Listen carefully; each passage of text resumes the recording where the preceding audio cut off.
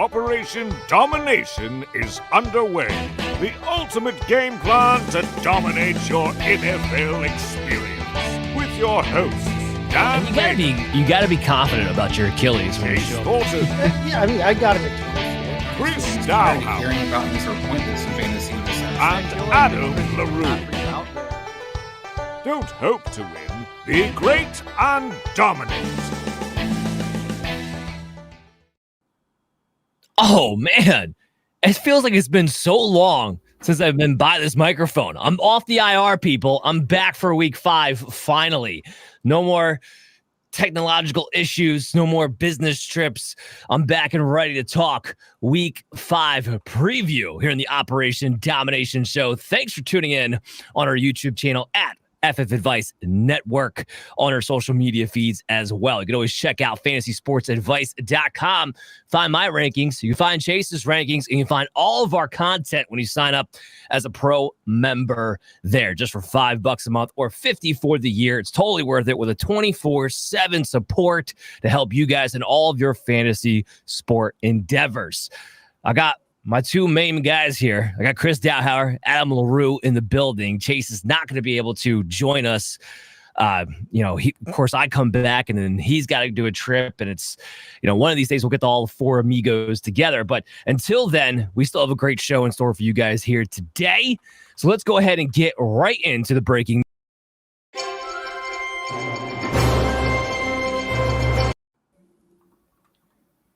Well, there's quite a bit to talk about. So Davante Adams, who has a real injury, by the way, I want to be real clear about that. They made sure they was real clear about that today. But he comes out and he requests a trade. So how about that? That didn't take long. Now, if you guys remember, back in the summertime, I was one predicting that Davante Adams would be traded to the Jets before the trade deadline. Okay? That's one of his favorite destinations. And now we're at the point where he's already demanding out of Las Vegas. I'm a little surprised that it's just out of week 4 and this already happened. But a couple questions for Chris and Adam here. 1, do you think he gets traded? 2, if he does, where does he get traded to? And 3, from a fantasy perspective, what do you make of all this? Go to Chris and then Adam. Yeah, well, first of all, I think he's definitely get traded. When it's the kind of cat's out of the bag, so to speak, for this Raiders team. They have no cap. They have nothing on the hook for him next year if they move on from his contract this year. So basically, they can get something now versus not getting anything. Once he asked to get traded, I think that pretty much solidified it. I don't know what happened with the whole Antonio Pierce liking or not liking social media posts, but I do think one of the issues was, and I do question Dan. I'm not saying Davante Adams is faking his injury by any stretch of the means, but I also wonder. We heard about business decisions. And Davante Adams seemed to be pro-anti Antonio Pierce about the business decisions. And my reaction when I first heard that comment was, is this directed towards somebody like a Davante Adams? I know that, Jack Jones took a lot of the brunt for that comment, but I think there's more people that he was commenting about. So overall, I do think he's going to get traded. Where it'll wind up being fantasy-wise, I do think it's going to be very interesting where he lands up. I think the Jets are probably the leaders. I think that's probably the best fit, for where you think he could wind up and pop potential to be able to put up some points. I like the New Orleans possibility as well. The only issue I have for New Orleans is the offensive line is so beat up. It's not going to matter who they have a receiver right now. There's a lot of other teams I would love to see him on, Dan, but when it comes to the, who can actually swallow that contract and will actually make that move. And let's not forget, has to know the system. Davante Adams is not going to be a guy that you're going to want to have to take time to transition into your offense. If you're going to go second rounder, you're going to want to hit the road, running. So I think there's only limited teams he winds up. And I think fantasy-wise, it could, hurt it in a degree depending on if he winds up on some team that doesn't pass the ball at all. But I think it winds up just being a worst, equal trade. Gardner Minshew's throwing the ball right now. So, and they had a murder schedule coming up as it was even without the hamstring injury. Well, Adam, let me get your take on this, because if you have Davante Adams right now, are you looking to buy or are you looking to sell?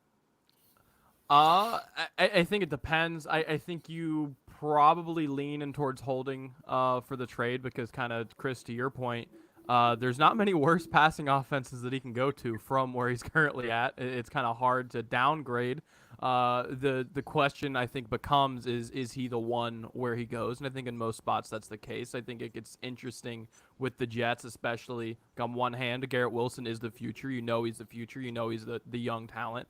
But at the same time, he's also not on the same page with Aaron Rodgers yet. So it's a genuine question mark because on one hand, the organization's tied to Garrett Wilson in the long term. On the other, it's not working so far. I think the talent is there. It's just, getting on the same page with the quarterback. And Devontae Adams is already on the same page with the quarterback. So I think it's a case by case, but on the whole, I think on average, you're going to work out better holding on to or buying Davante Adams than you are selling, just because I don't think that he puts up lower points than he has been with the Raiders anywhere. Bye. Yeah, to both your points, I don't think he can get much worse than he's on the Raiders right now. It's funny with Garrett Wilson, say he's the future. I was about to jump in there and say, is he the present? Because it doesn't feel like he's the present. So right. I do think it's interesting. And the Jets are in the present, right? Like Aaron Rodgers is 40 years old. This whole thing needs to work this year. Otherwise, Robert Saleh and Nathaniel Hackett are out of a job. Now, whether you think that should be the case regardless or not is besides the point. If they don't make a deep playoff run, they are out of a job, in fact. Rodgers, does he play next year? Maybe. Does he have anything left at 41? I don't know. But yeah, so they are in the now. And if it's not going to be working out with Garrett Wilson now, I do think it gets kind of interesting. It also gets kind of interesting from the standpoint of right before the season happened, they did some contract shuffling. They're one of the few teams that has the cap room to be able to absorb Davante Adams on top of it. So it does become interesting from that standpoint. And who better than the Jets to go after another big name to stay in the headlines? I think that's a real possibility from that perspective as well. So I do think the Jets, as far as the teams that Davante Adams listed as his favorites, make the most sense to me. But I don't know that makes the most sense for the team overall. From a fantasy perspective, and Chris and I were talking a little bit about this before the show, from a fantasy perspective, my favorite spot for him would be the Buffalo Bills, right? Desperate for a wide receiver one. You have Josh Allen. It would make all the sense in the world.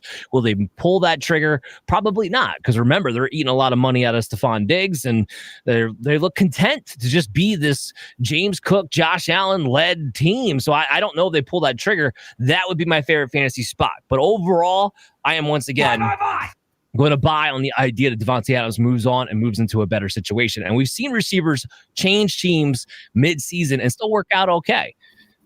Here's another part of the breaking news. What about Ramondre Stevenson? Okay, there's a lot of comments today or yesterday, late last night. Gerard Mayo was asked directly about this. He didn't volunteer the information. I do think that's a little bit important to point out that he didn't volunteer necessarily this information. He was asked directly this question, but nonetheless, it still was not great for Ramondre Stevenson when he was asked, are they thinking about starting Antonio Gibson due to Ramondre Stevenson's fumbling issues? Remember, 4 fumbles over the last 3 games. Adam, do you buy into this idea that Ramondre Stevenson might be benched? I think that he could be benched as far as being the starter. I think he could be benched, as far as maybe the workload shifting. I don't think he gets completely zeroed out. I think it's also worth mentioning that Gibson is a guy who's had these exact same troubles in his career before, so it's not like this is Gibson's the sure-handed guy. That this is a guy who's been benched before for fumbling. I would be concerned, and I am concerned. I do have Ramondre in a few spots. He's someone who I believe in. I have believed in the past, and I am concerned genuinely. But on the whole, I don't think he gets zeroed out. I think you're more concerned about the status of this offense than you are, this. Chris, what's your take here?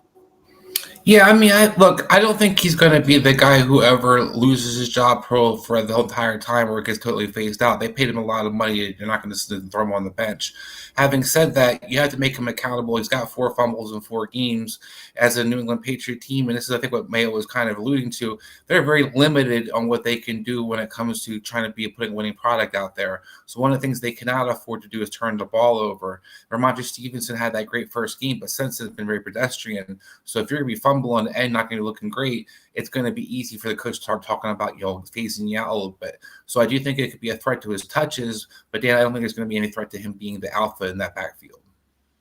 Yeah, I tend to agree. The gap might close, right? And he had 2 good weeks. He had 18.6 points the first week, 15 points in the second week. It's been the last 2 weeks has been dreadful and not not all on him as a result of that. A lot of it, Adam's point, the offense has been so bad, and they've been against teams that have been able to control them with decent defenses that they're just not getting the ball back offensively and not getting those opportunities. That's been the biggest culprit of the whole situation. Ramondre fumbling kind of just compounds that situation for them. They paid Ramondre $36 million, guys. He is the highest paid skill position player that the New England Patriots have.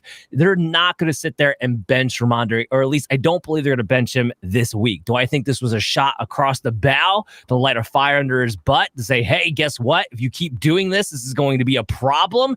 Yes, I do think that could be the case. If he fumbles again this week, do I think Gibson could start by name, like as in the first snap, and then it's still Ramondre more than 50% of the time? Yes. I think if nothing else, this closes maybe the gap going into this week between Stevenson and Gibson. If Stevenson has a good game, I think we can go back a little bit to Stevenson getting more of the share that he was getting. Uncle Mike tuned in, or unlike Mike tuned in, and he said, can y'all give me some thoughts for fantasy on different questions? The answer to that is yes. Just fire away in the chat, whoever out there is watching and or listening. Okay, so with that, yes, Chase is not with us, but he did still leave us with his best takes for DFS this week and what cocktails he paired them with. So let's get into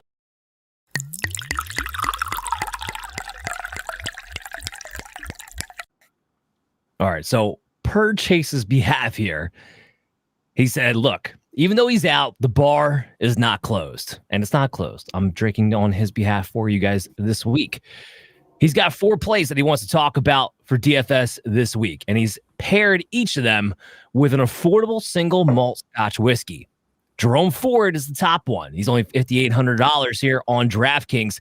And he wants to pair it with a Highland Park 12-year Viking Honor.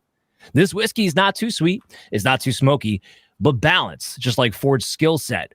The Commanders have given up the 11th most points to opposing running backs, and Ford is affordable at $5,800, just like a Highland Park. Not to be outdone, though, we do have a wide receiver for you, Dontayvion Wicks. He's $5,000 right now on DraftKings, and he wants to pair him up with a Lafroig, a 10-year. It's a smoky Scotch, and Wicks is expected to smoke the Rams this week, filling in full-time for the injured Christian Watson. The Rams give up the 6th most points to the wide receivers, and Wicks should thrive in a full-time role. He's a wide receiver 1 at a wide receiver 32 price. We do have some bargain bins for you, like the Patriots defense, listed at $2,900. He wants to pair that with an Aberfeldy 12-year. Now, Aberfeldy doesn't look like much, but it's better than you expect at first, which is what he thinks of the Pats this weekend on defense. They're facing the Miami Dolphins, who have been terrible since Tua Tagovailoa has been out, and they've been allowing the 3rd most points to opposing defenses. And when you can get a defense with high upside under $3,000, it's worth taking a shot on. Last but not least, we have a Glenn Rose 12-year-old paired with the cheaper quarterback from the Colts Jacksonville game, whoever that winds up being. If it's Anthony Richardson cannot play, well, guess what? Joe Flacco is only $5,500. If Richardson can go, then Trevor Lawrence comes in at $5,700. Both of these teams give up a ton of points to the opposing quarterbacks. Flacco should be able to burn the Jags down, while Lawrence has an opportunity to get right against a terrible Indy defense that gave up 363 yards to the one and only Caleb Williams. The Glen Rose has a tasting notes of leather, old leather, meaning Joe Flacco, and sweet honey that could be the young Trevor Lawrence, making this an easy choice for his pairing. What do you guys think about those 4 choices there? I'm feeling the choices, and I definitely like the matchups with the different drinks that he's talking about. And it was just good to see Joe Flacco back out there talking about an old reliable. I'm going to switch up the question here for Adam, as our Colts fan who's in turmoil right now. Because after watching Joe Flacco, can you really look yourself in the mirror, Adam, as a Colts fan, and say, yeah, we need to go back to Anthony Richardson here? Yeah, because unless I think it would be dumb to move on to Flacco unless you think Flacco wins you the Super Bowl. I think you definitely look at it and go, he's the better passer. There's no question there. I'm not making that argument. But I think it's better for the franchise to figure out if you have a franchise quarterback rather than Flacco would be another Phil Rivers, another Matt Ryan, another Carson Wentz, another Jacoby Brissett, another et cetera, et cetera, et cetera. And I think the whole point of the last 2-3 years has been to not do that anymore. And I think you go back on that by going with Flacco. If your primary goal is to win games, I think Flacco is your answer. I just don't think that is the primary goal. Well, yeah, it can't be right now. Not after what we've seen. And look, I know Richardson is essentially a rookie, right? Based on the amount of games that he's played, but it's a real hindrance. Like, here's go ahead, Adam. No, I completely agree. Like I said, I do think that Flacco wins you more games, is the better passer. If you have Colts wide receivers in fantasy, I'm sure you would die to have Flacco as the guy. But well, that's exactly what I was about to bring up. Because look, if you have a Colts wide receiver, if you have a Michael Pittman, if you picked up a Josh Downs, or if you're another team looking at those guys, it's a tricky situation that you're kind of finding yourself in right now, right? Because even for me personally, let's just say, I'm looking at the owners who have Michael Pittman, and I'm wondering, should I try to buy low on them while Richardson is expected, at least right now, to play? Now, you guys should be tuning in tomorrow at 8 o'clock at Fantasy Football Advice Network, because I'll be on with Dr. Brian Scott. We're going to talk about Anthony Richardson's injury and what we expect to see this week if he's going to be able to be active. But if he is, we know Michael Pittman becomes, at best, a wide receiver 3, if you can even play him at all. Josh Downs is irrelevant. But if Richardson keeps going the way he's going, with the history he's had, we may not be able to expect him just from a health perspective to be able to stay out there on the field. And then all of a sudden, Josh Downs and Michael Pittman, their value goes up through the roof.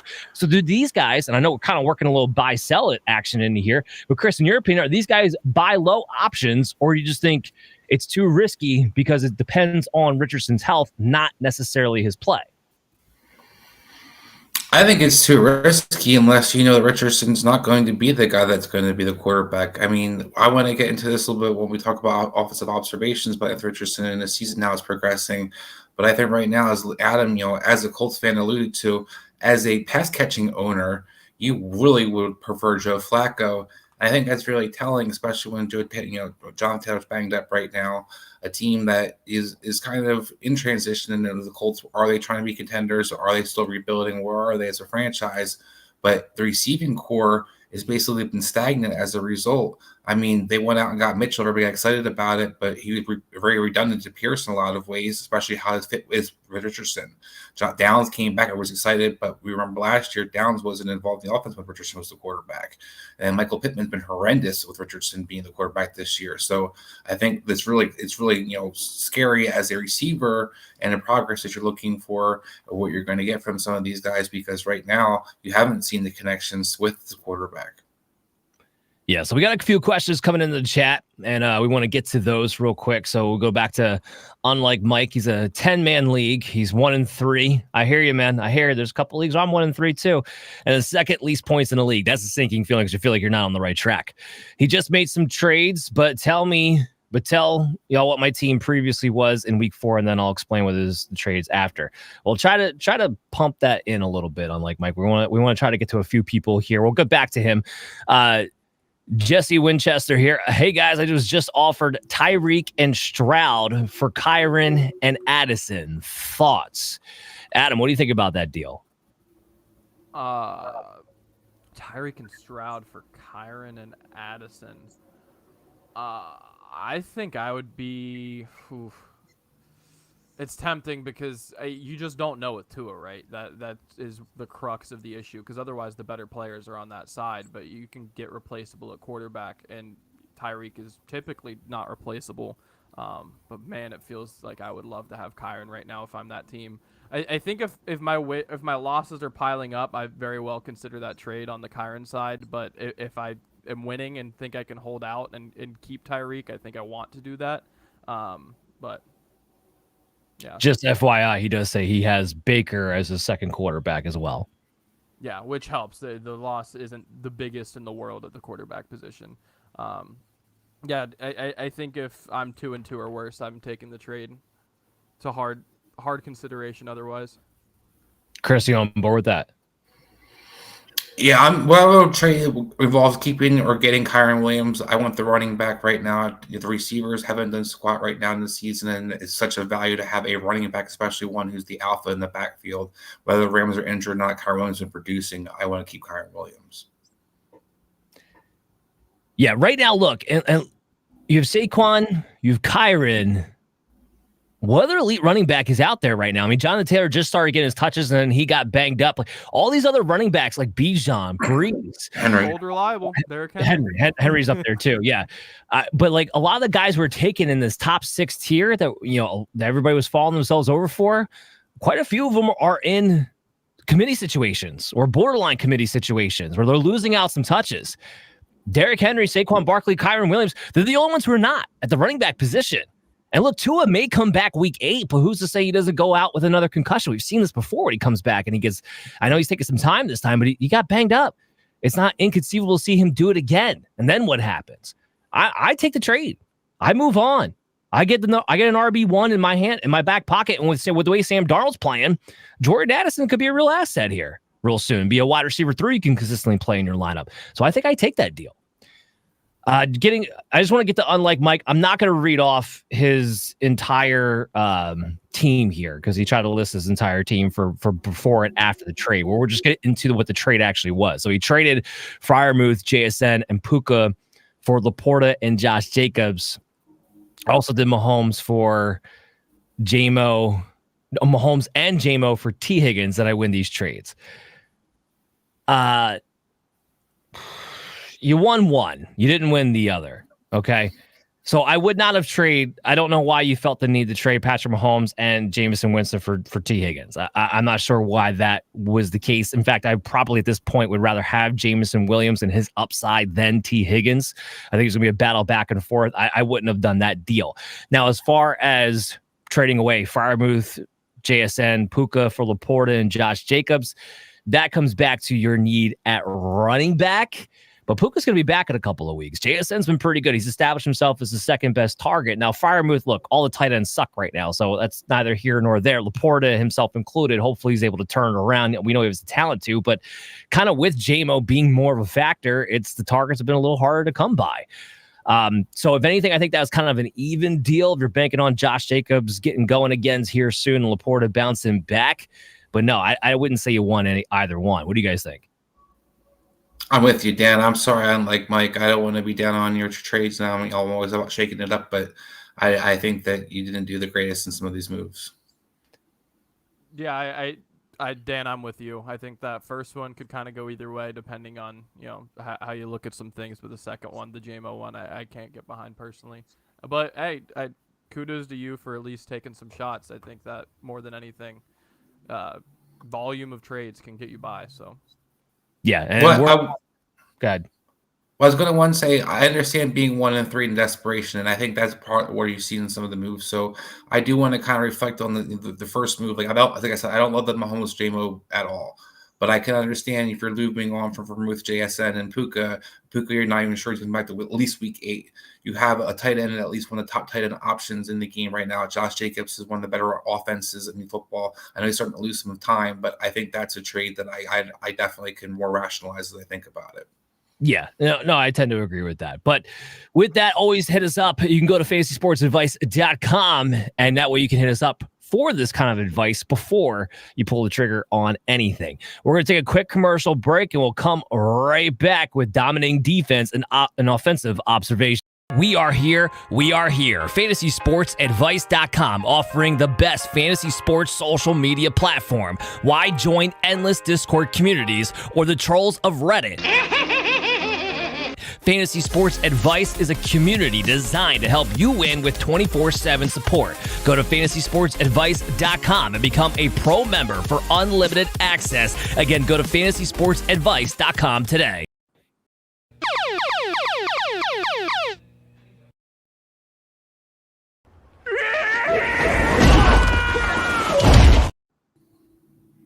All right, Chris, so hit us with the dominated defense of the week. All right, so I had been on a pretty good streak, Dan. I apologize. The Cleveland Browns let me down last week. I didn't realize going into the show that Myles Garrett had no ankles, so therefore I kind of apologized for it, although it was a horrible performance. But I think I'm back on track this week on an offense that was not on track this past week. We're going to talk about that a little bit more, but I'm going with the Vikings defense versus the New York Jets over in London. Look, we already know these games in London turn into a soccer fest as it is. I don't know what it's being over there and you think you have to just not score points and kick field goals or what the deal is, but their points are already hard to come by as it is. Weather's usually not very nice. This Vikings defense has been on fire. And let me just add one more caveat that people not think about. Flores has seen this offense about 3 or 4 weeks now straight. He's going to see this offense again coming up. So basically, he's seeing different forms of the Kyle Shanahan, Sean McVay offense. He's been finely tuning it week by week. He's getting one of the top tier quarterbacks, such as C.J. Stroud. We saw the trade for that, turning him into getting him a turnover machine. He had Jordan Love turning the ball over. Well, I'm not worried about Aaron Rodgers' low turnovers because I think he's going to be destroyed in the backfield, and you're going to have a low score regardless. This Vikings defense is primed to expose this Jets offense, and I love the Vikings defense for the dominant defense of the week. Love it. Completely and totally agree with it. I want to follow up real quick because unlike Mike came back and he said, should he accept this trade, Kareem Hunt, and he gets Devon Achane. Yes, that is the deal I would do. And I'm going to use this as a real quick second to talk about Kareem Hunt. Anybody who thinks they're all in on Kareem Hunt, like he's found the fountain of youth, like he's going to be the running back you want to own in Kansas City, I'm here to tell you it's all because Carson Steele fumbled. They just activated Clyde Edwards-Helaire. This is going to be a committee mess until Pacheco comes back, who is scheduled to come back before the fantasy football playoffs too, by the way. I want no parts of Kareem Hunt. So yeah, if you can get Devon Achane, I don't care how bad it looked in Miami. If you get Devon Achane for Kareem Hunt, that's a trade you can go ahead and pull, Mike. 100%. All right. So with that, let's move into our next segment on the Rocket Docket, into our offensive observation. You find me offensive, I find you offensive for finding me offensive. All right, we're already a quarterly into the season. We have 4 games we get to reflect into. And what I want to talk to you gentlemen about is what some of the breakouts that we were expecting out that come into the season, looking at the numbers from last year going into this year, and where we are standing in our belief scale. Do we believe these guys are still capable of breakouts, or are we starting to lose some of our faith that these guys are going to be the top tier players that we thought or drafted them to be? So the first player, Dan, that you're talking about in this offense in general is a question. After having vintage, quote unquote, Aaron Rodgers 2 weeks ago versus New England Patriots, these New York Jets were able to muster an entire 9 points versus Denver Broncos. Just want to remind everybody that the Denver Broncos, a team that gave 70 points last year to the Miami Dolphins, a team that can't even score any points right now this season, and also a Denver defense that gave up 31 points to a Zach Wilson-led Jets offense. So just to kind of remind people that even the Jets offense could be worse, even with Aaron Rodgers possibly. But one of the breakout guys that we were looking at was supposed to be Breece Hall, arguably number 2, number 3 on most people's board, even some of the top guys' board. Breece Hall is that breakout player. The only thing we're kind of worried about was he going to catch the ball in the backfield? But this offense with Aaron Rodgers, all weapons, Breece Hall is going to be one of the top tier running backs, explosive running back guy, similar to Devon Achane, who, by the way, is averaging 3.1 yards per carry. But let's look at Breece Hall going in from last year into this year. So Breece Hall in 2023 had 32 rushes, 210 yards. He had 5 catches for 42 yards at this point in the season. He had scored 1 touchdown. This year, he's got 56 rushes, 174 yards, 2 touchdowns. He's got 18 catches on 24 targets, 134 yards, and a touchdown. So, Dan, I'm going to start with you. Is Breece Hall, is he having the breakout that we're expecting? Is it coming, more to be seen? Or is this something that we have to start kind of worrying about? Hey, maybe Breece Hall and this guy, Braylon Allen, who starts some of his touches, might be not the guy that we thought he was this offseason.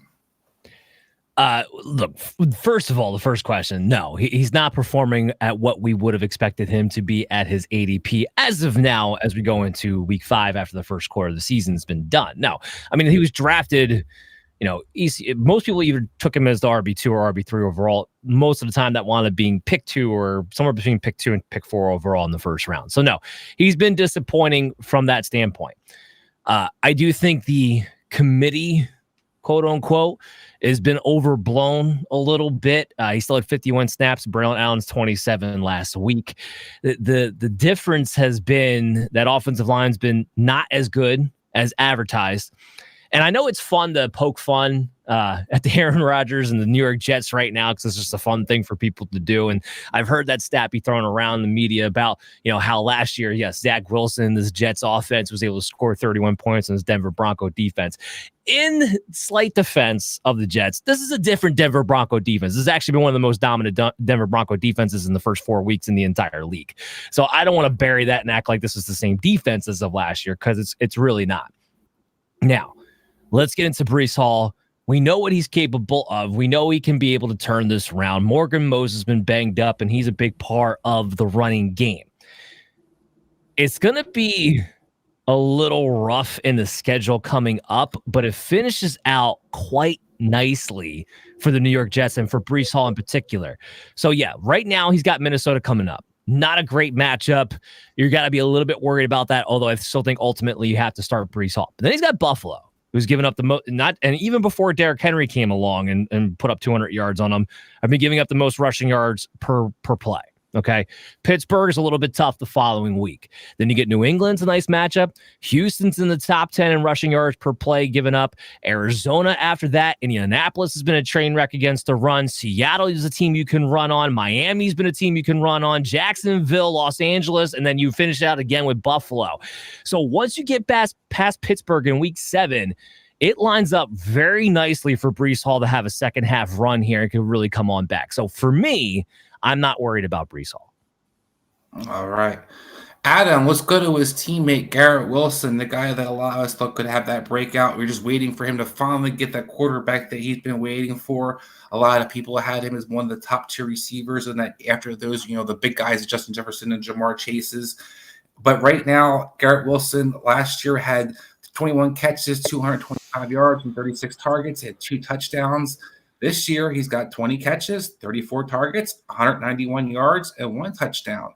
So stats aren't all that different. Is Garrett Wilson is this what we have as Garrett Wilson, or are we expecting more, or is it time to get kind of panicky with Garrett Wilson moving forward?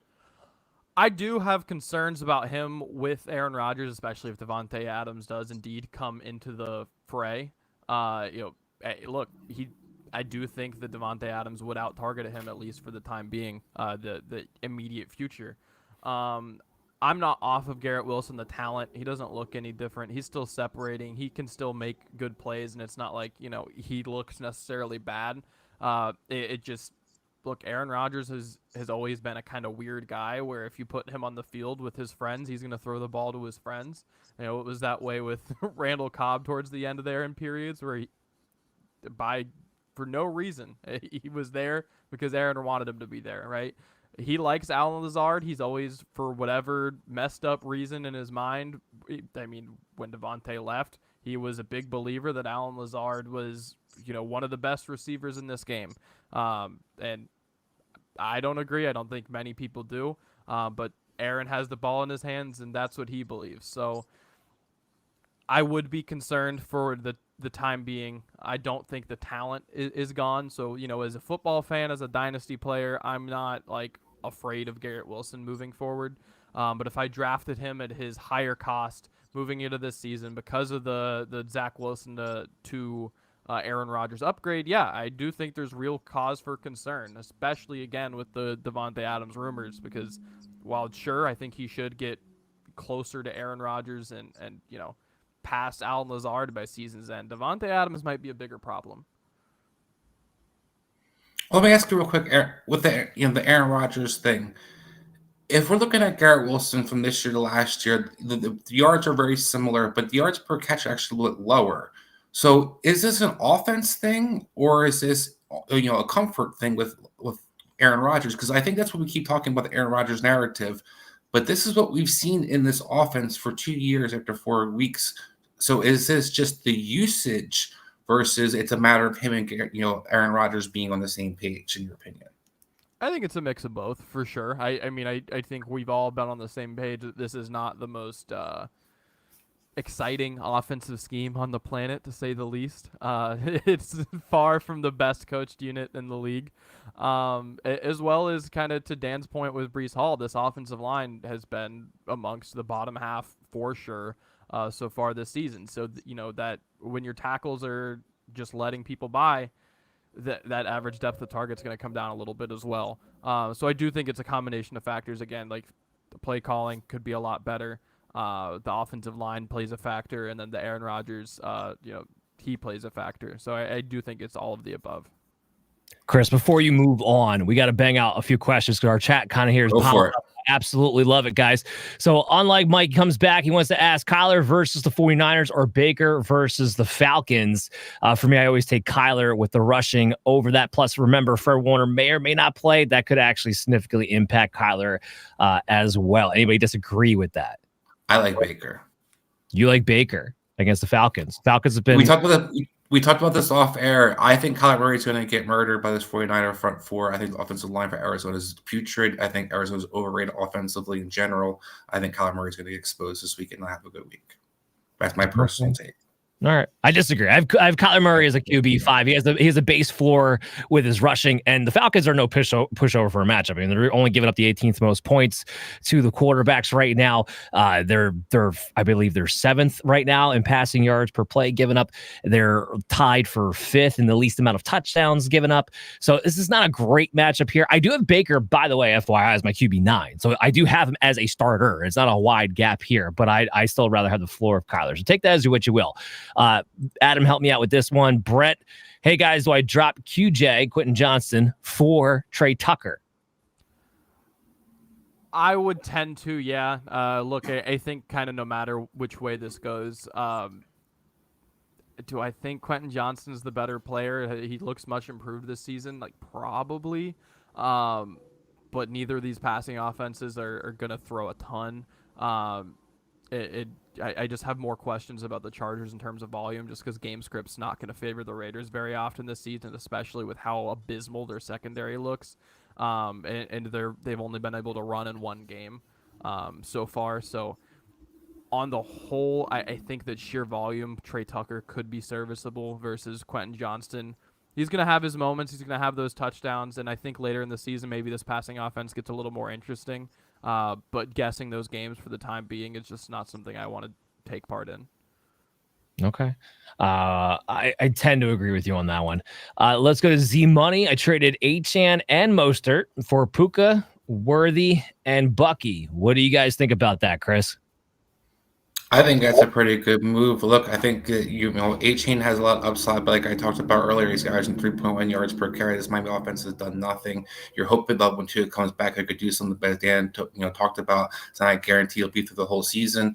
Bucky Irving is a guy who's possibly getting more and more touches and could be the RB1 Tampa Bay. Worthy has nothing but upside in Kansas City offense with the Rashid Rice injury, and Puka is a guy that you can get back. Just it'd be a big time guy for you in the playoff stretch. So I like that trade. Okay, I like this. And Chase chimed in on this next trade question we had. T-Money, 1-3 guy just offered me Gibbs and Devonta Smith for DK Metcalf and James Conner. And he's asking if we would take that. Chase answered with that he would take or keep, in this case, I guess, DK Metcalf and James Conner. And so that's right. He's chiming in on it during our family function. We love it, Chase. Thanks for tuning in, buddy. You guys agree with Chase? Would you stick with DK Metcalf and James Conner over Jahmyr Gibbs and Devonta Smith, who are both on buys this week? And he's 1-3. That's tough. I like the upside it gives throughout the season versus like Connor's, throughout the season progression and how that's going to unfold. That's a tough one for me, Dan. But I think I'd hold serve for right now. Adam, I'm holding. I'm not a big Devonta Smith guy as far as the upside, and it would be really nice to get Gibbs, but I'm not necessarily. I don't think it's worth the gap at wide receiver. Yeah, I tend to agree. Gibbs makes it tough. This guy also has JMO on his team already, so he does have some ties already to the Detroit Lions offense. Of course, they wouldn't have a bye after this week, which could be nice. But I'm with you. See, the problem is there's too much more of a gap between DK and Devonta as far as their upside is concerned than Gibbs and Connor, with Connor being a touchdown maker in his own right. Okay, so with that, Chris, we can kick it back to you as we kind of pounded out these questions here. Go ahead. All right, so continuing talking about some of these guys that we expect to be breakouts that maybe are on their way, or maybe we're having some questions about. Bijan Robinson, Dan's RB1 going into the season.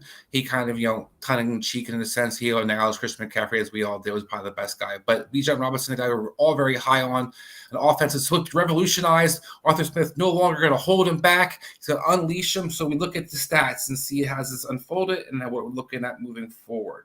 Bijan last year had 53 carries for 318 yards at this point. He had 19 catches for 134 yards and receiving and another touchdown. So far this season, he's got 55 carries, similar to last year, 224 yards, so yards is down, 1 touchdown rushing versus Lear last year, and 135 receiving yards, which is very similar to last year, but has 4 less catches. So has Bijan Robinson been freed from Arthur Smith and now going to be the guy that we wanted him to be coming out of college and that stud RB? Or are we a little bit worried that maybe the Robinson or something else in the land might not be quite the elixir that we thought it was? Yeah, there's been a couple of weeks now where I've been almost questioning if Arthur Smith is still coaching the Atlanta Falcons or not, quite frankly. It's been brutal, okay? It has not gone the way we hoped it would. The first 2 weeks seemed okay. Bijan was getting his touches. He was being efficient. And then the last couple of weeks, what's happened is you look at Tyler Algier and the way he's being utilized versus the way Bijan Robinson's being utilized. First of all, that gap's way too close. I know Tyler Algier, he's no slouch. This is not a slight against Tyler Algier. He's a good, solid running back, but he's not the special talent that Bijan Robinson is. And you're coming from a coaching system that had just utilized Kyron Williams the way they did. You're hoping they do something similar for Bijan. He would be able to take that leap as a result. That's not panning out right now. I don't know if it necessarily does. Now, am I overreacting to what happened this past week? No. There's a lot of qualifiers from this past week that I don't think the gap's going to be quite as tight as it was between him and Algier. A couple of things. One, he was coming in with a little bit of a shoulder bang up, and then we found out that maybe he had some hamstring soreness during the game. So that was kind of an explainer as far as how the second half went while Tyler Algier got as many touches as he did. Also, they said they had in the back of their minds that they had a Thursday night game coming up. We've actually seen a pattern a little bit over the past 3 weeks in the Thursday night games of the running backs of those teams having a little bit less work the Sunday previous when they have a Thursday game coming up. So that's a trend that I think we can have to continue to watch here. But what I've been upset about from the scheme standpoint is the way in which they choose to run these guys.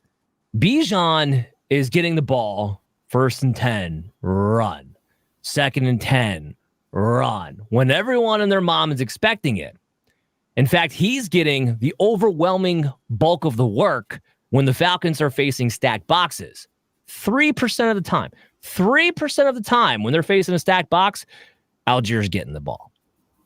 So it tells you he's going against lighter boxes. He's getting, I think it is 3.65 yards before contact. Oh, I'm sorry, that's too high. 3.55 yards before contact. So 3.5 yards, he's not getting touched on his carries per attempt. Bijan's is at 2.02. And that's more of how they're running him, what situations they're running him in. The only two positives that I can take from you. Bijan's still clearly the favorite as far as the passing game is concerned, and that is what's keeping him afloat, especially in half-point and full-point PPR leagues. The other part is that so far, although it hasn't been many opportunities, but Bijan has had 100% of the inside the 5 carries for the team at this point. Again, hasn't been many opportunities because this Falcons offense is not taking off the way we're hoping to. So it's been a little bit rough. Do I think he comes back and gives us the ADP that we drafted him at? Unless something happens to Tyler Algier, I'm starting to think maybe not. Do I think this gets better than what it is and he still finishes as a top 12 running back? Yes. Yes, I do. I do think this Falcons offense is going to continue to get better. Remember, there's still a lot of new pieces, and Cousins still doesn't look like he's quite comfortable. But after this week against Tampa Bay, who, by the way, we're going to get into this a little bit with Bijan later on. I have some prop bets for you. But after this week against Tampa Bay, they do have Carolina, they have Seattle, Tampa Bay again, Dallas. So you have a handful of good matchups in that little streak. Gets a little rough there with the Saints in Denver before he goes on bye in week 12. Comes out with the Chargers in Minnesota. So also comes out rough after the bye. But then he has Vegas, he has the Giants, and he has Washington. Bijan has one of the best playoff matchups you could possibly have. So you're sitting there with Bijan on your team in the playoff time. He might win you a championship. So that's why I'm not bailing on that just yet. All right. Well, Adam, I'm going to go to you, a guy that you and I have loved, his teammate Drake London coming out, a guy that we've been waiting for to break out. We are also excited about the freedom from Arthur Smith. So far this last season, we had 11 catches for 22 targets, 126 yards, 2 touchdowns. This season, we've gotten 20 catches on 31 targets, 200 yards, and 2 touchdowns. So are we getting our breakout we're expecting? Is this as good as it's going to get? Should it improve? Or are we a little bit worried that Drake London isn't still going to be the breakout guy that we hoped he was going to be? I'd say of these guys, I think he's the one that I'm maybe most optimistic about actually, still getting there. I don't think that a true breakout is necessarily coming, right? I don't think he's going to be the star that you or I maybe thought he was going to be this year. But I do think that he's going to move in the right direction just because he does have real involvement. And I do think there's reason to believe this passing offense is going to get a little bit better the further we get away from Kirk Cousins' injury. Do I think it's going to be a ton better? No. Do I think he's going to be as involved as maybe I think he should be? No. And for those reasons, I don't think he's going to get the breakout necessarily that he was being drafted for, or the breakout that, again, I would have liked to see. But I do think that you'll see him move in a better direction than, his current averages, his current pace. All right. And I want to kind of go down that way with our question, the thing, any hope for Pittman? And this kind of goes to the question I have, and I'll go to both of you for this one. A guy that everybody had as their top mobile quarterback on the board for the most part, a guy that we were just waiting and salivating for once he gets healthy and back out there. Look what he did last year. What can he do this year? Anthony Richardson at this point last year had 50 completions on 84 attempts for 577 yards, 3 touchdowns passing with 1 interception. He had 25 carries for 136 yards and 4 touchdowns. So far this year, he had 39 completions on 77 attempts, 654 yards, 3 touchdowns again, but 6 interceptions, 21 carries, $141, and 1 rushing touchdown. So rushing touchdowns a little bit lower than they were last year. Rushing yards about the same, passing yards close to the same, completion percentage a little bit down. Adam, Dan, is Anthony Richardson, is this our breakout? Is this something we're getting a little bit cautious about that we're not going to get? Because, it's supposed to be the cheat code, the rushing guy. So is Anthony Richardson the guy that I want to have as my top mobile quarterback moving forward this season? I mean, I think you can clearly answer that last question and say no, because Jaden Daniels is going to be your top rushing quarterback this season. I don't think that's up for debate anymore. It's him and Josh Allen and pretty much nobody else. Lamar is actually a top rusher right now. Those 3 are in that conversation, and Richardson's not. It's those 3. But I do think you're going to see an uptick in the rushing touchdowns. I think the red zone usage has been a little bit weird, and in those few plays, unfortunate plays this past week, you did see they were a little bit more willing to lean on his ability to run rather than just trying to have him heave the ball. So do I think that necessarily the passing woes are going to go away? No. Do I think that, maybe there's a regression to the mean a little bit there? Sure. I don't think he's going to throw 2 picks a game all season, but do I think he's going to be an ineffective passer all season? Yes, I do think that will continue to be the case. But I think the red zone utilization has been a little bit weird when they do get there. They've tried to do a bunch of weird pass stuff, and it's been going in the right direction there. Now, whether those go to Jonathan Taylor or him, I think is up for debate. But I think that from a fantasy perspective, you could see it improve. I don't know that the on the field really improves. Yeah, I'm just gonna piggyback off of that real quick. I mean, look, I wasn't as big on Anthony Richardson as most. I still had him in my top 7, but I had guys like Kyler Murray in front of him that most people were not. I didn't draft Anthony Richardson in any of my redraft leagues because, as I pointed out to everybody, there's no point in drafting Anthony Richardson in the 5th round when you could get Jaden Daniels in the 9th round. But on the same token, I kind of agree with Adam as far as regression need. It will kind of come back a little bit. This is still a very athletic quarterback. And right now, while Richardson's not a good passing quarterback, and I never thought he was, and that's why I kind of questioned in Dynasty at least what his NFL career was going to be. This is on Shane Steichen a little bit. Because why in the first couple of weeks he wouldn't build this team around Jonathan Taylor and RPO action befuddled my mind. Completely befuddled my mind. Because this offense, if you're going to have Anthony Richardson be the quarterback, it needs to be built around Jonathan Taylor and Richardson's ability to be a dual threat quarterback off of that, not the other way around. And he was trying to have it be Richardson first and not Jonathan Taylor. Now, of course, finally, he gives the ball up to Jonathan Taylor the last 2 weeks and Taylor gets a little ankle injury, but he'll be okay in the long run. I do lay a lot of this from a fantasy perspective with the Richardson woes at Shane Steichen's feet for not running this offense the way that he should be. So I'll throw that out there. I agree. All right. So good points. So we're looking at, fantasy wise, is this guy still the guy that we love? And one of the reasons I wanted to talk about this, and we're going to have to cut my time a little short, but I don't want to get too much of my spiel. I wanted to bring up the QBS is what I was going to call it. And there's a lot of discussions that we're hearing about quarterbacks out there that I don't necessarily always buy the rhetoric that people are saying. And this is one of the things. I'm not saying that these guys aren't as good or these guys can't be good. I'm saying look at the numbers, question yourself before you start jumping to conclusions. You talk about Jaden Daniels, Adam is the guy that is the rushing guy who's going to be, that guy. He has 4 rushing touchdowns. He's got 46 carries for 200-something yards. But one of the biggest differences is he had almost 15 more carries than Richardson had at this point last year. But the touchdowns were the same. Its yards per carry are very similar. It's not like he's averaging 8 yards per carry or 10 yards per carry. He's averaging about 4.5, 5 yards a carry. I bring that number up because this is how things can get limited and change real quickly when guys aren't completing passes, Dan, as you talked about. Everybody thinks Jaden Daniels is, this guru, is such an incredible guy. I'm not saying he can't be because of his completion percentage. 81%. It's incredible. It's immaculate. As I brought up earlier in this little spiel, Aaron Rodgers was coming off vintage Aaron Rodgers versus New England Patriots, 27 for 33, I think it was, 281 yards. We were all impressed because he threw the ball over and over again to Braylon Allen and Hall. It wasn't Wilson. It wasn't the receivers. It wasn't down the field. It was one big throw down at Lazard down the field, and they're like, woohoo, look at that.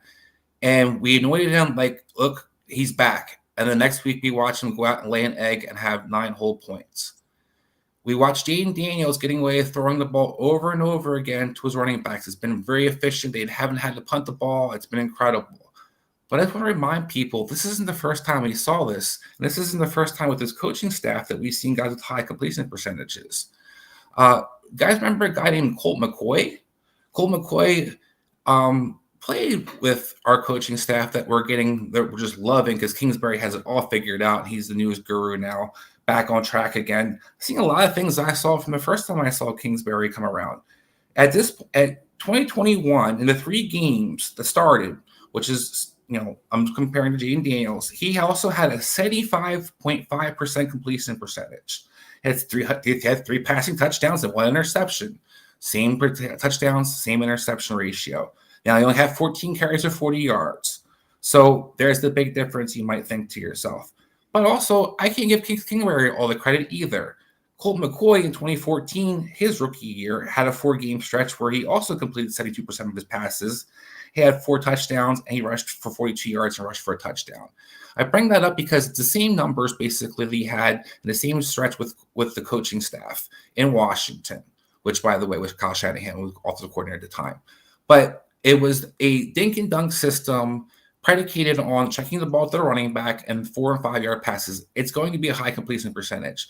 When teams take that away and make you read the field, you're going to have to see what the guy progresses as a thrower. I'm not saying this guy can or can't be a good thrower, but what I see more of is a Justin Fields, who this league and these people in the fantasy industry wanted to just, torpedo as fast as they possibly could, that he can't complete percentages passes. He's inaccurate. Who's completing 71% of his passes, by the way, because he's throwing to the running backs and throwing short passes more often, similar to Jaden Daniels, and using his legs with a more effective rate, actually, a more explosive rate than Jaden Daniels had. So Justin Fields, a guy who are basically, we didn't want to trade for, nobody wanted to even give him any money, had no chance to start anywhere. But Jaden Daniels is now the starter. Washington has it all figured out. That's their answer quarterback, no questions asked. Not saying, well, it won't happen, just saying before we anoint people, just think about some of the things out there before you just want to point to numbers or point to this or point to that. Because don't forget, Daniel Jones, Danny Dimes, had a 4-game stretch his rookie year where he had 11 touchdown passes and 1 interception at this point in the season, and also had a 75% completion percentage. So it's not only something that you can do just because we all hate Danny Dimes now. Dan, I'm done. No, you're all good. You had to get that off your chest. The good stat for you right now is that of 33 qualifying quarterbacks, Jaden Daniels is 32nd. The only person behind him is Anthony Richardson as far as on-target throws. So the 81% completion percentage is a little bit skewed. However, for fantasy purposes, it's been fantastic. So let's hope it keeps going that way. All right, so what I want to do is hit the little big-time prop bets, and then we'll get to Adam's Dynasty Check.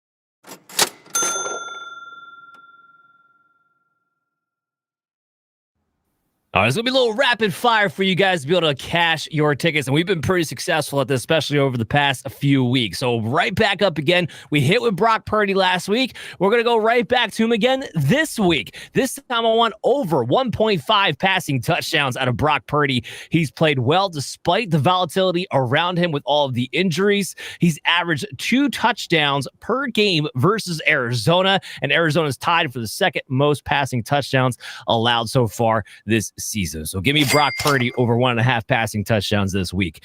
Bijan Robinson, I told you we talk about him. I like him over 24.5 receiving yards. Yes, I know we talked about it. There's been some frustration with Bijan and this Falcons offense in general from a fantasy perspective, but he's still been the favorite target out of the backfield. He has gone over that 24.5 mark 3 of the last 4 games, and the Buccaneers have allowed the second most receiving yards to the running back so far this season. So I do like him over 24.5 this Thursday. Bucky Irving, going back to the Thursday night game, I like him over 1.5 receptions. Look, he's been over this mark actually 2 of the last 3 games secretly, and Rachaad White seems like he's falling further and further down. Now, I do think overall, long term, he still has a stranglehold over the passing game, but ultimately last week, Bucky Irving only had 4 less routes run than Rachaad White, so this might be getting a hell of a lot closer than any of us expected. So I like Bucky Irving over 1.5 receptions. And with that, we go to Dynasty Temperature. So hot in here. Welcome to the Dynasty Temperature Check. We're gonna change it up a little bit, look a little bit, further down the future, and with Dynasty, and see what some of these guys are worth, what they're trading for, and ultimately where we feel the market is going. So Dan, I'm gonna go to you first, and that's gonna be for Buccaneers running back Bucky Irving, who is at the time that I pulled the numbers, I think it shifted a little bit, but 3rd most traded player overall, 2nd most traded running back on Keep Trade Cut. He was up 25 spots over the last month. He's been making a massive name for himself. Kind of playing, candidly much better than Rachaad White at the same position there in Tampa Bay. He's up to the running back 19 on Keep Trade Cut, and the ECR this week has him as the running back 26. Some potential moves for him I've pulled out of the database are around 2 pick in 2025, so this upcoming Dynasty rookie draft, James Conner, Sam Darnold, or Khalil Shakir. So Dan, what do you think about that based on that value, kind of where you see him and where things are going? So look, it's clear right now for redraft purposes that Bucky Irving may be overtaking Rachaad White before too long. Now remember, we're doing this is the Dynasty temperature check. So we're doing this from a dynasty perspective. I can't get over my pre-draft analysis on Bucky Irving. I was not a big fan. There's a lot of statistics, especially a 4.55 yard dash, a guy who's less than 200 pounds at 5'9". Didn't like his wiggle necessarily in Oregon on an NFL scale. I'm not overly impressed with Bucky Irving's profile. He has impressed me or played better at least than I thought he would so far in the first 4 weeks of the year. But overall, I don't think he's the answer long term. And you can get some of these players that you're listing here, like James Conner, like Sam Darnold, especially if you're, a lot of these dynasty leagues or in super flex leagues. I don't know about Clear Shakir. I think I would keep Bucky Irving over Clear Shakir. But for the most part, abandon ship. If you can get something of decent value, I don't like Bucky Irving for the long term. I don't know if he's a long-term value here. Yeah, I tend to agree. I think he's, in a lot of senses, what people talked about Kyron, where it's like, he's just a low-pick running back, so he's going to lose his job suddenly when someone else gets drafted higher. He's immediately going to, versus Kyron, I think is a much better player. But I do think he is a better fit for that narrative about the low-drafted running back that, could be moved on from at will because he doesn't actually cost that much and there's no real repercussions. But to your point for redraft, I do think there's value there. On to the next player that is a player who I have loved for a long time. We've talked about on this show, that's Deontay Johnson, lighting it up with Andy Dalton, who we talked about, I believe, last week, if not the week prior.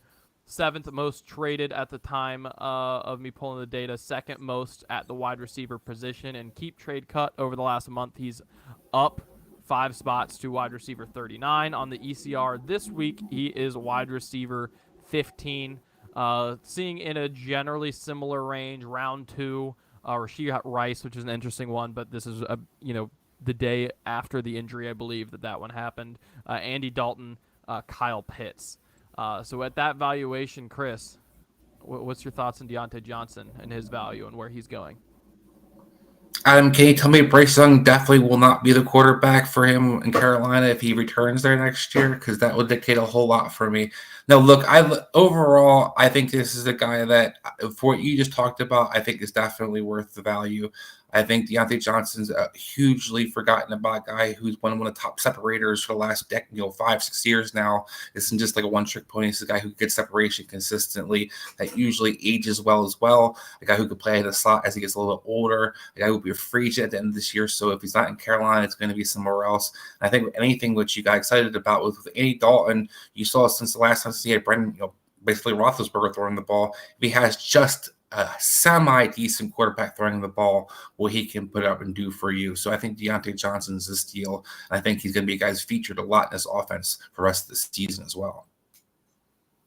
I like it. Yeah, I definitely agree. He's always drawn targets, and I think at a certain point that just has to matter a little bit. I'm going to kick this to both of you guys briefly because I think it's going to be divisive. I think it's an incredibly interesting player to talk about, especially from a dynasty perspective. That's Travis Kelce. He was the 20th most traded player, so not crazy much, but the tight end position has not seen a lot of volatility, a lot of movement, so that actually makes him the most traded tight end. So 20th traded player, most traded tight end. Down 3 spots on Keep Trade Cut. In the Keep Trade Cuts dynasty rankings, he's down to tight end 10. Down to 3 spots over the last month. On the ECR, however, he is still the tight end 1, which I think candidly has more to do with everyone dying around him on the Kansas City pass catching group and the relative woes at the tight end position on the whole throughout the league. But at any rate, he's gone for players like Mark Andrews, Kyle Pitts, a 2nd-round dynasty pick, things of that nature. What are your thoughts when it comes to Travis Kelce? Dan, you want to kick us off? Bye. Yeah, if you can trade Mark Andrews and get Travis Kelce, do it. Mark Andrews looks like he's the one aging out faster than Travis Kelce is. Look, it kind of depends to some degree where you're at in your dynasty league, right? If you're competing this year Adam, your point you laid out because of what's happened now. Marquise Brown out the regular season. Rashee Rice, which by the way is a little bit interesting because they haven't actually told us officially what the injury was. We're expecting it to be an ACL or some sort of ligament tear, but they actually haven't said that. I'm going to be talking to Dr. Brian Scott tomorrow at 8 o'clock. If you guys tune in at Fantasy Football Advice Network about that to see kind of what he thinks, unless they, come out and finally officially say it tomorrow. We'll see. Recording this on Wednesday night. But if you're in a position to win now, and likely, if you have Travis Kelce, you're probably in that position. I'm holding him or I'm buying him for either Mark Andrews or Kyle Pitts. There's no way.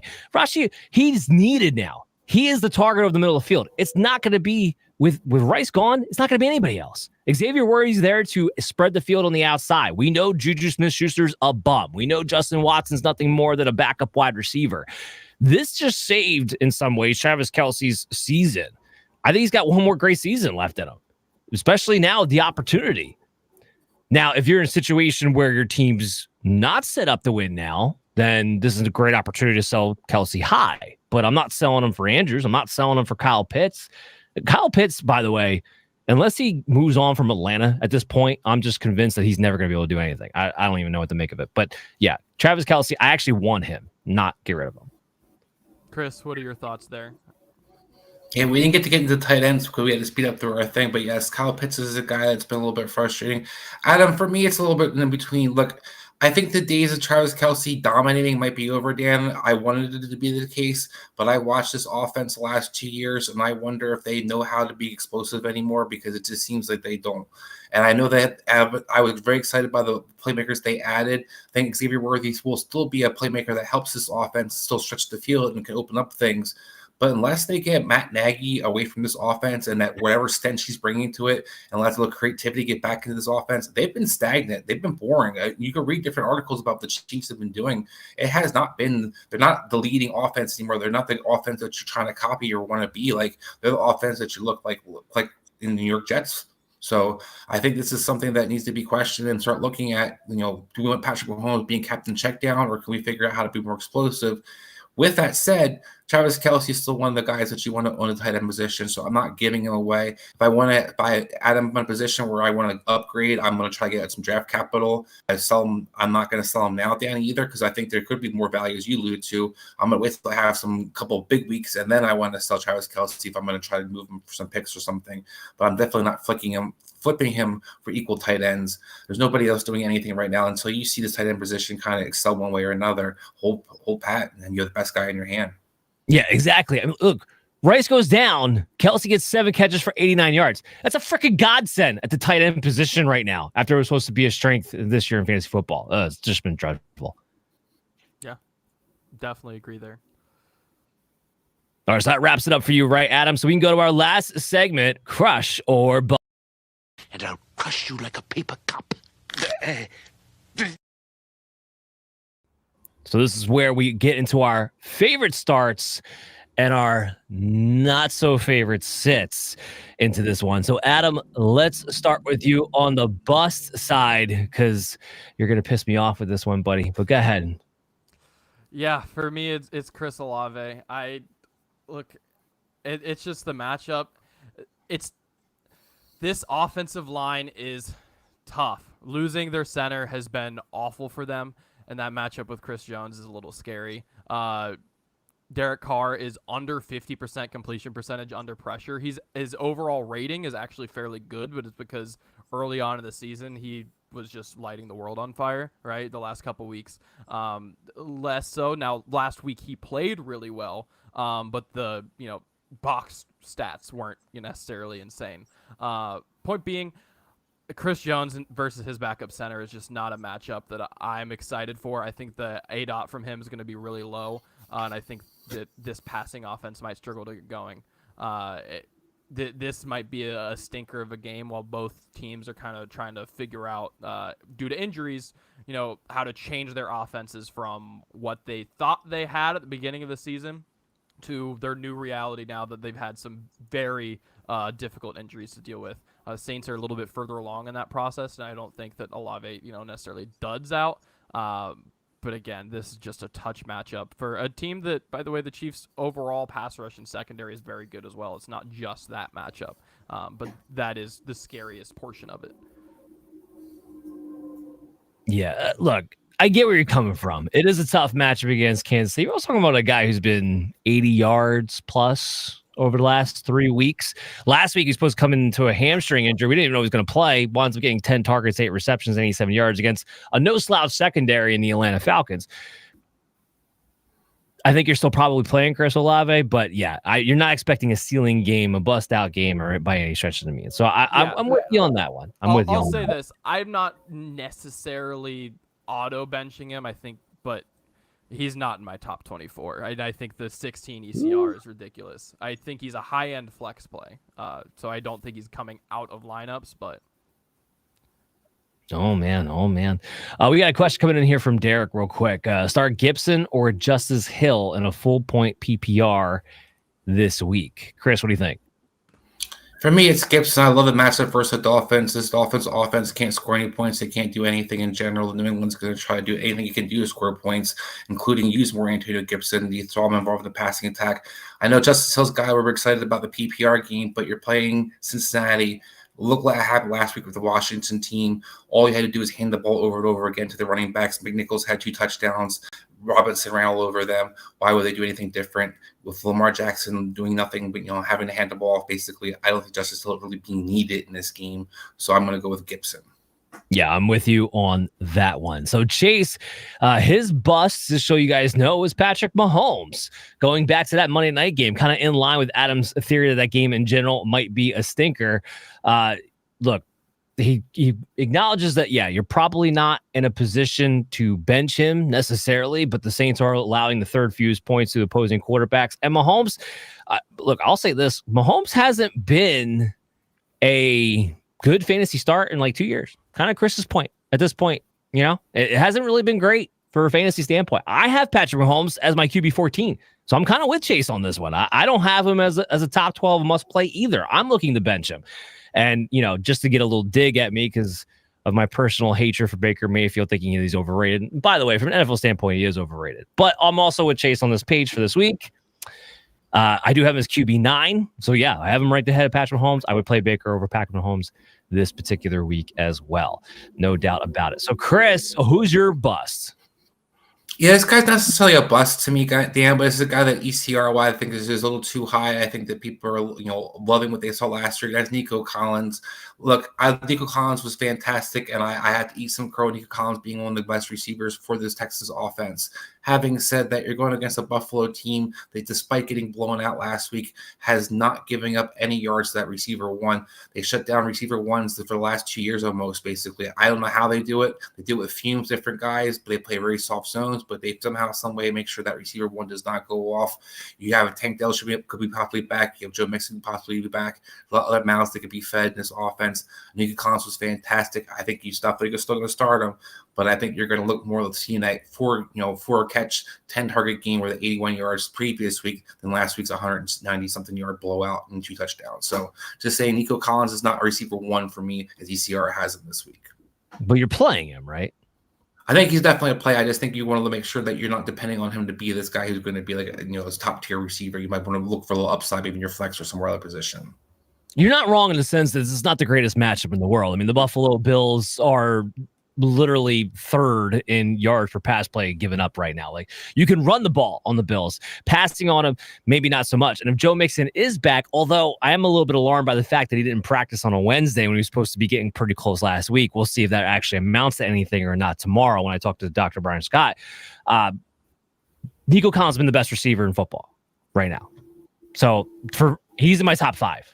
I can't take him out of my top 5 right now. He's been playing too well against other tough matchups. He's been the number 1 target for CJ Stroud. He's in my top 5. There's no way he's not a wide receiver 1 until further notice at this point, frankly. So I would disagree with that standpoint, but do point out that is not a great matchup. So maybe he doesn't have the wide receiver 1 overall that he's been the last few weeks. Let's switch gears. Let's go to Crush. Okay. Oh, I'm sorry. I got to take my bust. My bad. So my bust for this week actually is Drake London. And it's kind of in a similar vein of the way Olave is Adams bust, right? I don't have my top 24. Now, if you play in 3 receiver sets, if you play flex, he might still be in that conversation because I still have him as wide receiver 26. But ECR's got him at wide receiver 13. Not really sure why. I don't know what about this Atlanta Falcon offense has been all that impressive. Now, the opportunities have been there, right? He's got the 12th highest target share rate. He's been 3rd in first read percentage, which allows me to believe, again, kind of like the Bijan thing, that this situation will improve as the season goes on. But I'm not big on it for this particular week. He's been the wide receiver 29 in average points per game over the past 4 weeks. So he's been a wide receiver 3 as it is.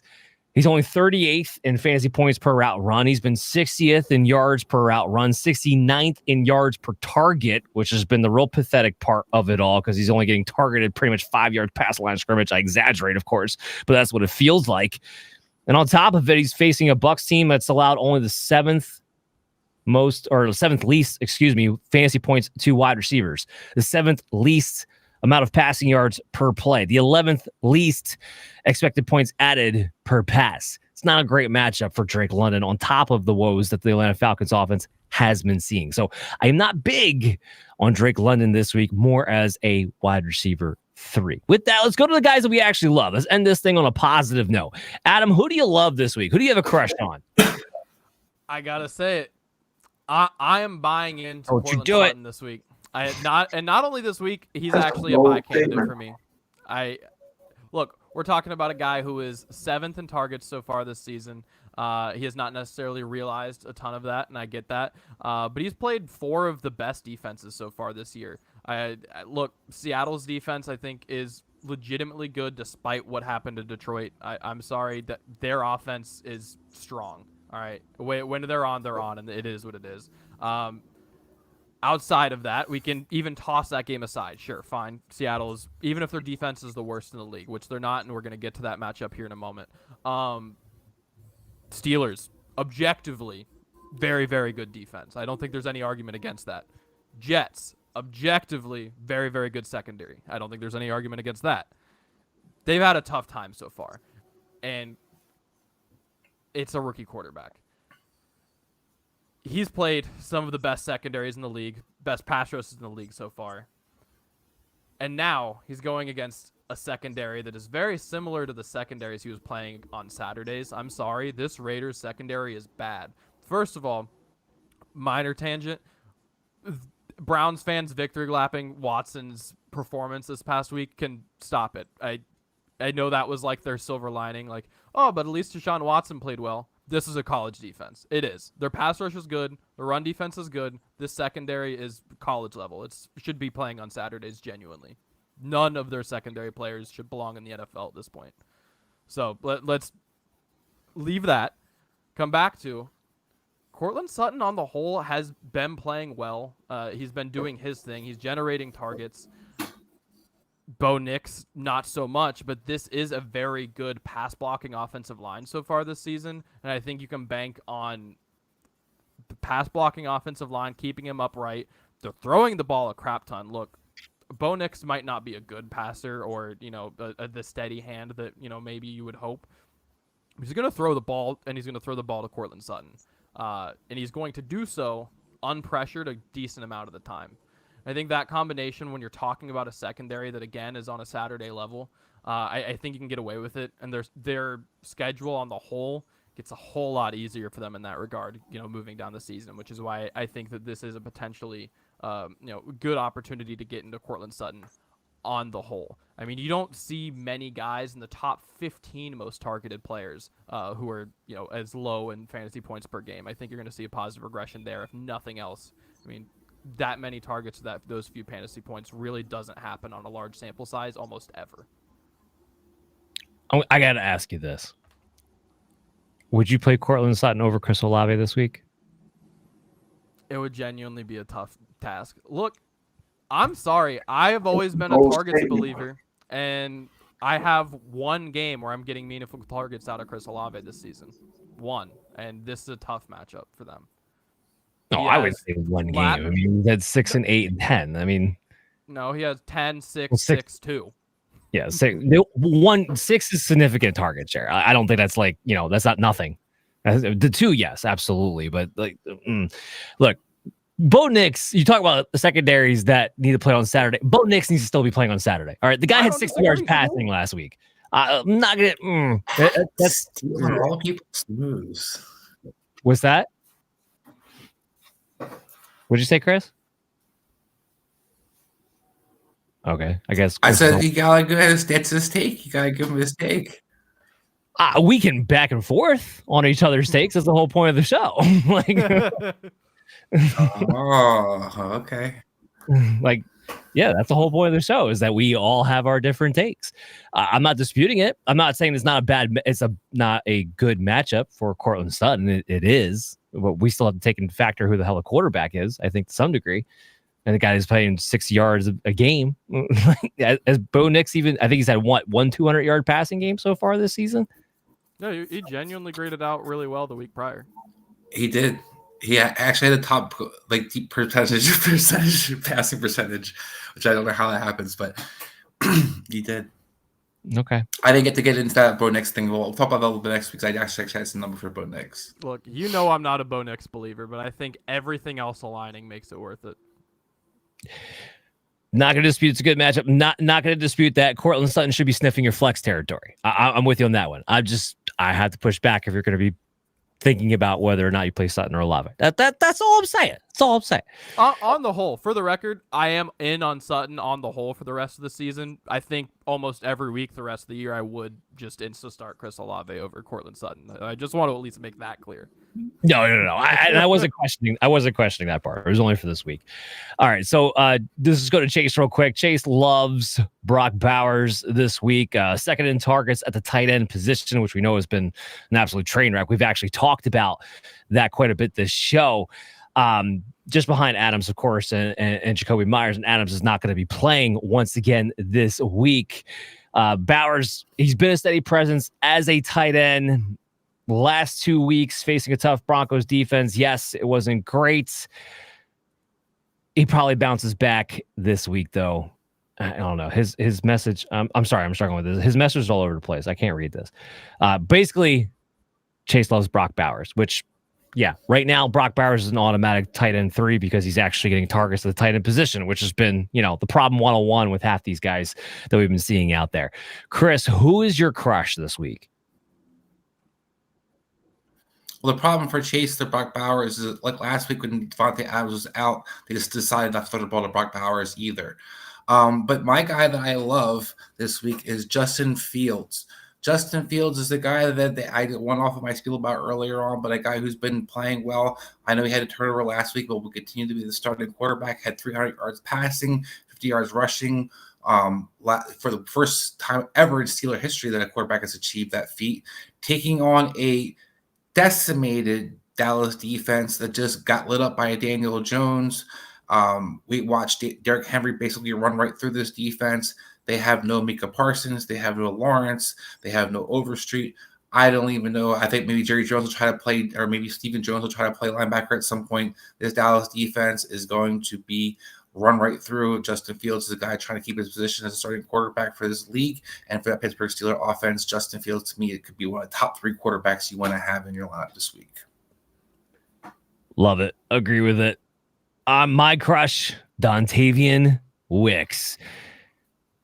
Look, he steps in for Christian Watson. Now, Watson may not be going on the IR. So long-term wise, again, we're going to talk about that tomorrow night at 8 o'clock as far as what that may look like. But for the next 2 weeks, I feel like it's safe to say Christian Watson probably not going to play with, even if they want to call it a mild high ankle sprain, however you want to label a high ankle sprain, probably missing at least 2 weeks. And you got to love him this week. So I have him as my wide receiver 11, while ECR's got him at wide receiver 32. That's criminally too low with Jordan Love being back. Wicks comes in last week, was the favorite target of Jordan Love, even despite the fact that Jaden Reed had a slightly better fantasy day. Wide receiver 2, wide receiver 3 overall for both of those guys. You go up against a Rams team that is giving up the second most in expected points added per pass, the sixth most fantasy points to wide receivers. We know Wicks takes on the Christian Watson role as far as the end zone targets go, which is pretty much 97.5, whatever point percent of the team's targets in the end zone. I exaggerate a little bit, of course, but he's getting the majority of them. When he started games, okay, he's had 7 games between last year and this year that he's either started or played the majority of as the starting wide receiver. He's averaging 12.2 half-point PPR points per game. That puts him as a top 20 receiver just off the rip. You add in the Rams matchup here, this is a top 12 receiver this week. And I like him next week, too, actually against Arizona. But my crush for this week, Dontavian Wicks.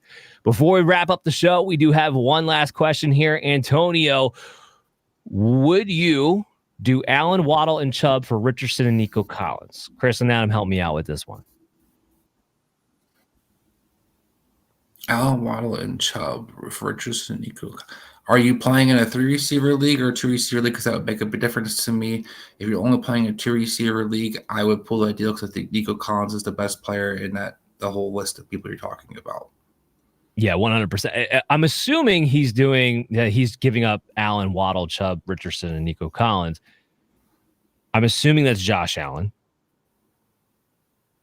Right? Okay. So I thought I was Keenan Allen, so there you go. Good point. I'm assuming it's Josh Allen. If that's Josh Allen, then no. Yeah, no. Yeah. No. If it's Keenan Allen, I'm absolutely doing it. Yeah. Adam, if it's Josh Allen, would you do it? It depends on if I have a pivot from Richardson available. Like if you're in a league that somehow, I mean, look, there's work leagues out there where Baker's still on waivers. Like that's the reality of fantasy football. And Gino, people hate him. And if I'm in one of those, then I do consider it because I think the biggest jump from over replacement is going to be Nico Collins rather than the quarterback. Now, if waivers are scarce at quarterback, you're in a more competitive league, I'm not pulling that deal. Yeah, I tend to agree. All right, so that's going to wrap it up for today's show. I hope you all enjoyed it. It was happy times to be back, guys. Happy to be off the IR and talking fantasy football with you all. Guess what? We'll be back next week, same time, 9:30 here on our YouTube channel at the Fantasy Football Advice Network. Make sure you tune in then, engage with us live, and we will be live on Facebook and on the FF Advice Network on Twitter tomorrow. We will not be live on YouTube. We'll be coming out with the video for that on Friday. We'll release it then, but make sure you check us out. Always Operation Domination on your favorite podcast app. We're available to you wherever you listen to podcasts, and we'll see you guys tomorrow night at 8. 40 TN. Hey there, I want to thank you for watching Operation Domination today. And if you're enjoying the show, there are some ways you can help support us. You can go to podchaser.com/Operation Domination and leave us a 5-star review. And you can do this on any podcast platform or on our YouTube page when you go to @FF Advice Network. This completely helps out the show be able to grow, and also leave us comments to let us know how we can curtail the show to you, because you are the most important member of the show. So again, go to podchaser.com/Operation Domination to leave a 5-star review and leave a comment wherever you listen or watch the show, and we'll help better serve you.